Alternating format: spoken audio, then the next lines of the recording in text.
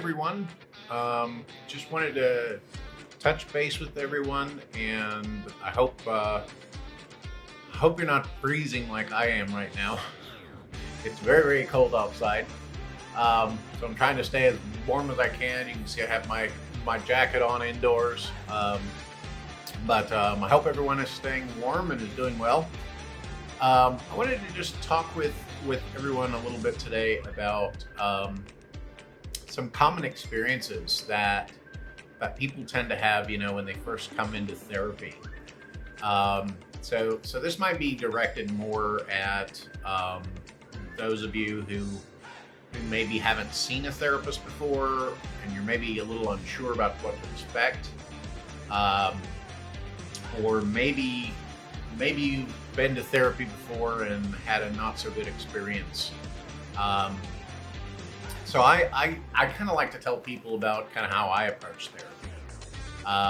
And I mean, I think a lot of people coming into therapy have a lot of misconceptions about what happens in therapy. So we don't lay anybody on the couch anymore. I think a lot of people come in and they're really really afraid. They feel a lot of guilt and shame about even coming to a therapist, and they think on some level that we're going to try to get them to dig into their deep dark secrets and really feel vulnerable. And I got to tell you, I mean, there are some therapies out there that work that way. I don't think for most people, I don't think they start off that way. There are a lot of different types of talk therapy out there. And so one that I use a lot in my work is something called cognitive behavioral therapy, or CBT. You may have heard of this. So CBT was developed by a psychiatrist or medical doctor quite a while ago, back in the 60s. And one thing that he noticed in his work with individuals who were suffering from depression or anxiety is that their thinking tended to change. Their thinking tended to become more black and white when they were depressed or when they felt really anxious. They, like, instead of saying, this didn't go well for me today, but maybe tomorrow will be better. They tend to have kind of this all or nothing kind of mentality. Nothing ever works right for me. It's always going to be this way.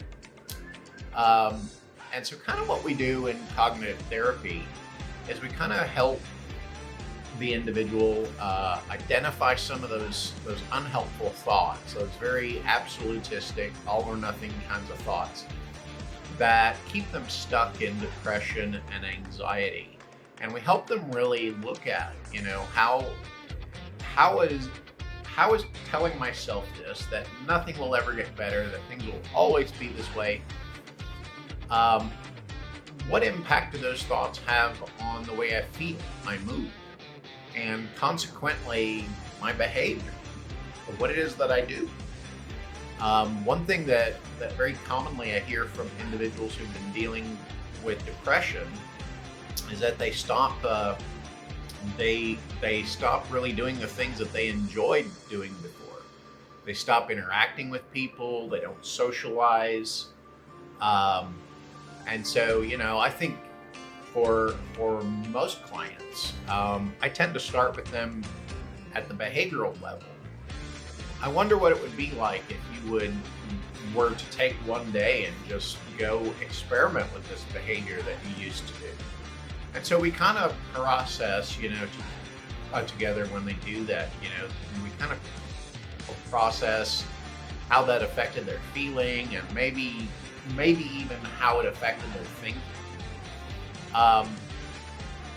And most people find that even taking a little step, maybe I haven't really been interacting with friends for months and months and months, and I just sit at home and I watch TV all day, and so I feel depressed. my thought is, some variant of nobody cares about me. But then they go interact with one or two people, even a mild interaction, a short interaction, and they see that those people really are interested. Well, then that kind of changes things up. They get to a point where they kind of have to start thinking, well, maybe this thought, this thing that I've been telling myself all this time, that nobody cares about me, maybe that might not be entirely true. And so they start to think about other exceptions to maybe this thought. And what I really like about this approach, is that, a lot of people will tell me with past therapies that they've had, they tend to tell me that, all the therapist did was let me vent. They didn't really show me how to fix anything. So I really want to take that out of the equation with clients and really teach them ways that they can help themselves to feel better. And that usually happens, in a relatively short period of time. Most clients will tell me 2 to 3 months into our work, I've been feeling a lot better. And we even talk at that point about maybe reducing the frequency of our sessions.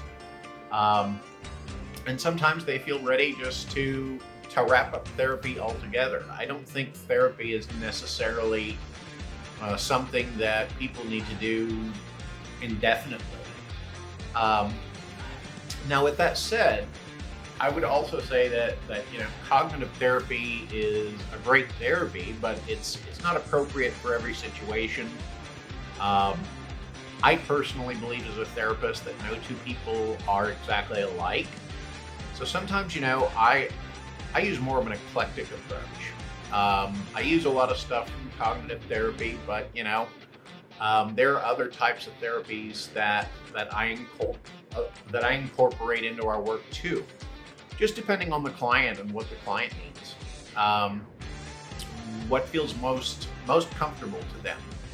So I really like to elicit feedback from clients regarding what they think they like about our work and what's maybe not been as helpful. That helps me as a therapist to know kind of what direction we need to go next.